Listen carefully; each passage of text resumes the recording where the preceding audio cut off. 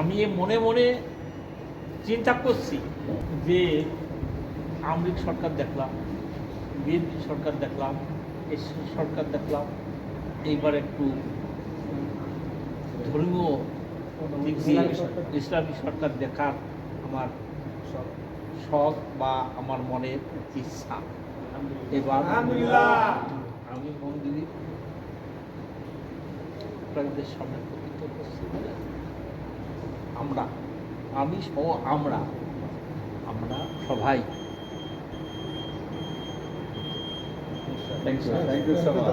ইসলামী আন্দোলন বাংলাদেশ হাত পাকা প্রতীকের আমিও জাতীয় সংসদ সদস্য পদপ্রার্থী। কিন্তু এখানে একটা সুবিধা হলো, এই দুই ভাইয়ের মধ্যে একটা সম্পর্ক হয়েছে, এমন দুইজনের যে কোনো একজন আসবে আপনাদের সামনে ইসলামের প্রতীক নিয়ে দাঁড়িয়ে করলাম না হাত পাকা। তো সেই জন্য ইনশাল্লাহ আমরা দুজন একসাথে প্রোগ্রাম করতেছি। আমাদের ডিসিশন মেকার যারা আছে, নীতি নির্ধারকরা, আমরা আগামীতে আপনাদের সামনে ভোটের একটা বাক্স পাঠাবেন, এক প্রথম কথা। দ্বিতীয়ত হলো আপনাদেরকে ধন্যবাদ জানাচ্ছি। আর আপনাদের পাশে আমরা পূর্বেও ছিলাম। আপনারা জানেন জুলাই বিপ্লবের পর ইসলামী আন্দোলন বাংলাদেশ জামাত ইসলামী সহ ধর্মপ্রাণ মুসলমানরা যারা, এমনকি আমাদের আওয়ামী লীগ যারা করেন সেই সমস্ত নেতাকর্মীর বাড়িও কিন্তু আমরা পাহারা দিচ্ছি। আমরা আপনাদের ধর্মীয় উপাসনায় যেগুলো আছে এর পাশাপাশি যারা আওয়ামী লীগ করতেন তাদের বাড়ি ঘরও আমরা অনেক ক্ষেত্রে পাহারা দিচ্ছি। তো সেজন্য ইসলামী রাজনীতি আমরা যারা করি, আমাদের ধর্মটাই হচ্ছে সহাবস্থান। আমার কথার দ্বারা, কাজের দ্বারা, আমার ব্যবহার যেন আমার নিকটতম প্রতিবেশী হোক আর দূরের কেউ হোক, আমার স্বগোত্রের কেউ হোক আর অন্য ধর্মাবলম্বী কেউ হোক, পেছনে কষ্ট না পায়। এটা হলে ইসলামের একটা বেসিক কনসেপ্ট। তো সেই জন্য আমরা গত আইন শৃঙ্খলা মিটিংয়ে বিশ্বসালী কার্যালয়ে আমরা বলেছিলাম যে আমরা ইসলামী আন্দোলন বাংলাদেশের পক্ষ থেকে নড়াইল জেলার মধ্যে নিকট সম্প্রীতির একটা দেশ, একটা ছোট্ট একটি জেলা, আমাদের মধ্যে একটা ভ্রাতৃত্ব বোধ আছে, আমাদের মধ্যে সম্প্রীতি বোধ আছে, এখানে কোনো দুর্ঘটনা ঘটনার কোনো অকারেন্স হয় না। তারপরেও আমরা বলেছিলাম যদি নিরাপত্তার জন্য আইন শৃঙ্খলা বাহিনী আছে, এর পাশাপাশি যদি কোনো ভলেন্টিয়ারের প্রয়োজন হয়, ইসলামী আন্দোলন বাংলাদেশের পক্ষ থেকে আমরা আপনাদেরকে ভলেন্টিয়ার দেব। তো সেই অনুযায়ী আমরা গতকাল, আমি বাচ্চা ভাই তো বলতেছেন, আমরা নড়াইলে গতকাল প্রায় 15টা আপনার এই ধর্মীয় উপাসনায় গিয়েছি, আপনাদের প্রজানগরে গিয়েছি, আজকে দিঘুলিয়া লোহাগড়া আমরা ঘুরতেছি। তো আপনাদের শেষ সময়ে আমি আর বেশি সময় নেব না, আপনাদেরকে ধন্যবাদ জানাচ্ছি। আমরা যেন আগামীতে একটা সুন্দর বাংলাদেশ বিনির্মাণ করতে পারি, যাতে করে কোনো আইন শৃঙ্খলা বাহিনীর আপনাদের উপাসনাগুলো যেন পাহারা দেওয়া না লাগে, যে আমরা যার যার ধর্ম তার জায়গায় বসে যেন নির্বিঘ্নে পালন করতে পারি। এবং আগামীতে আমি একটা জিনিস আমরা দেখে থাকি যে যারা রাষ্ট্রীয় ক্ষমতায় থাকে, রাষ্ট্রীয় কোষাগারকে কীভাবে খালি করে, কীভাবে নিজের আয়ত্তে নিয়ে আসে, কীভাবে আন্দোলন করে কলা গাছায়। ইসলাম বলে রাষ্ট্রীয় মালের অধিকার, রাষ্ট্রীয় মালের মালিক এই রাষ্ট্রের জনগণ সকলের সমান অধিকার। সুতরাং সুন্দর ইসলামিক রাষ্ট্র যদি গঠন হয়, তাহলে মুসলমানদের থেকে আমি তো বারংবার বলে থাকি যে যারা আদার দেন মুসলিম, নন মুসলিম ভাই আমরা যারা আছি, আপনারা যারা আছেন, এদেরকে ইসলাম সুযোগ সুবিধা সবচেয়ে বেশি দেবে। আর ইসলামীটা আমাদের শিখাইছে তুমি না খেয়ে তোমার অন্য ধর্মাবলম্বী যে আছে তাকে খাওয়া। আর এর জ্বলন্ত প্রমাণ দিয়েছেন আমাদের নবী হযরত মুহাম্মদ সাল্লাল্লাহু আলাইহি ওয়াসাল্লামের জীবদ্দশায়। সাহাবাজ ভাইকে বলছেন তোমরা অভুক্ত থাকো আর তোমার এই 70 জন ভাইকে তোমরা খাবার খাও। এই জন্য আপনাদের সকলকে ধন্যবাদ জানাচ্ছি যারা ম্যানেজমেন্টে আছেন। আর আমাদের দিঘলিয়া তো সবচেয়ে বড় এটা আপনাদের উপাসনালয় বা এটা আপনাদের পূজা মণ্ডপ, শারদীয় দুর্গা পূজা আপনারা উদযাপন করছেন। তো আপনাদেরকে মোবারকবাদ জানাচ্ছি, ধন্যবাদ জানাচ্ছি ইসলামী আন্দোলনের পক্ষ থেকে। এখন আমি আমাদের ইসলামী বাংলাদেশ জামাত ইসলামের আগামী জাতীয় সংসদ সদস্য প্রার্থী দাড়িপাল্লা প্রতীকের অ্যাডভোকেট আদার রহমান বাচ্চু ভাই, ওরেও আপনাদের একটু শুভেচ্ছা জানাবেন। ঠিক আছে, তাজুল ভাই যে কথাগুলো বললেন আমাদের সবার একই কথা।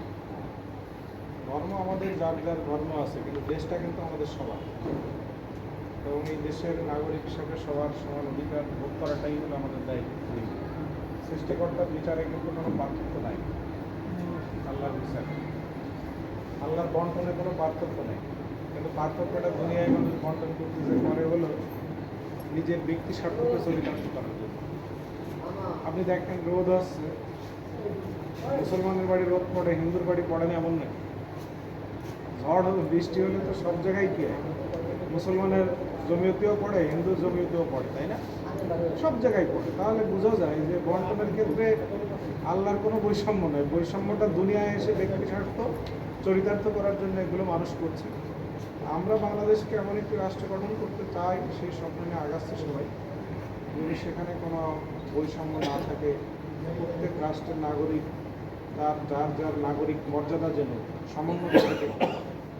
বিশেষ করে এখানে আমাদের একটা শব্দ চলে, সেটা সংখ্যালঘু আর সংখ্যাগুরু। আমাদের আমিরে জামাত একটা শফিকুর রহমান উনি বলেছেন 1 বছর আগেই ওনারা বলছেন যে এই শব্দ দুইটাকেই আমাদের বাদ দিতে হবে দেশ থেকে। কারণ যে সংখ্যা গুরু হয় সে তার মনে একটা শক্তি কি হয়, একটু বাড়ে, আর যে সংখ্যা লঘু হয় তারপরে একটু ঝাঁপাই করতে মন চায়।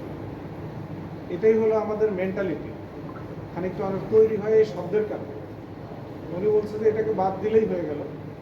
আমরা সবাই এক বাংলাদেশের নাগরিক, একসাথে ছোটবেলায় লেখাপড়া করলাম, একসাথে খাওয়া দাওয়া করলাম, বাজার করি, হাট করি, চাকরি করি। একজন সংখ্যা লঘু হবে আর একজন সংখ্যা গুরু হবে না, সবাই আমরা সমান। এটা না, রাষ্ট্রের নাগরিক হিসেবে আমাদের কোনো আলাদা কোনো পার্থক্য নাই।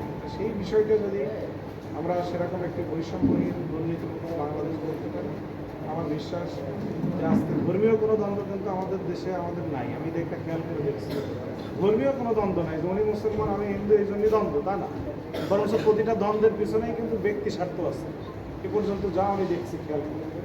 সেজন্য সেই ব্যক্তি স্বার্থ চরিতার্থ করার জন্যই মানুষ সমাজে শ্রেণী বৈষম্য তৈরি করে। আমরা মনে করি যে এইটা না করে রাষ্ট্রের নাগরিক হিসেবে প্রত্যেকের সমান অধিকার নিয়ে বেঁচে থাকার যে সুযোগ, প্রত্যেকের যান মাল নিরাপত্তা এগুলোর সম্মান ইজ্জতকে রক্ষা করার যে অধিকার, এটা প্রত্যেকের আছে। আমরা সেরকম একটি রাষ্ট্র করতে চাই, সবার অধিকারকে সমুন্নত থাকবে যে রাষ্ট্র, সেজন্য কাজ করছি। আমাদের এই জন্য সবাইকে পাশে থেকে পারস্পরিক সহযোগিতার মাধ্যমেই সামনের দিকে এগিয়ে যাওয়া দরকার। এই আশাবাদ ব্যক্ত করে আপনাদেরকে ধন্যবাদ জানিয়ে আমার কথা শেষ করছি।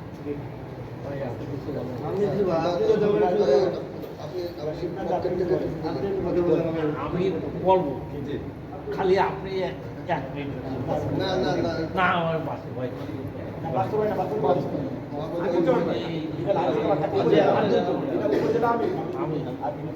আপনি 1 মিনিট।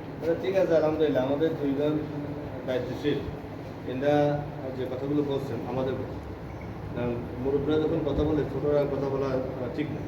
তারপর তাদের সামলাতে আপনি যে বলছেন এই জন্য বললাম ভাই, দুই ভাই আমাদেরকে যে ডিরেকশন দিচ্ছেন আমরা লড়াই সেগুলো চলতেছি ইনশাআল্লাহ। আগামীতে আপনাদেরকে নিয়ে সবাই মিলেমিশে একটি সুন্দর দেশ, সুন্দর লড়াই আমরা গঠন করতে চাই ইনশাআল্লাহ। জি, আপনি আপনাকে একটু কথা বলে জানাতে ভাই চেয়ারম্যান, আচ্ছা ওই যে ছেলেটা পিছনে আছে, এই যে আচ্ছা, এই ছেলেটা এই মন্দির কয়েকটা লোক নিয়ে ওই যে চেয়ারম্যান ওনার বদলতে এইখানে 5ই আগস্টের পরের থেকে ওরা সব সময় আমাদের মানে মানে এত টেকসইভাবে আমাকে রাত্রি দিন সবসময় আমাদের চেপে রাখছে বলেন, আমি এই কথা জীবন কোনো বলতে পারবো না। তাছাড়া আমি মনে মনে চিন্তা করছি যে কথাটা যে আওয়ামী লীগ সরকার দেখলাম, বিএনপি সরকার দেখলাম, এই সরকার দেখলাম, এইবার একটু ধর্মীয় দিক দিয়ে ইসলামী সরকার দেখার আমার শখ বা আমার মনের ইচ্ছা। এবার আমি মন্দিরে আপনাদের সামনে প্রতিজ্ঞা করছি, আমি সহ আমরা সবাই থ্যাংক ইউ সো মাচ, অসংখ্য ধন্যবাদ আপনাকে। আমরা একটু মিষ্টি মুখ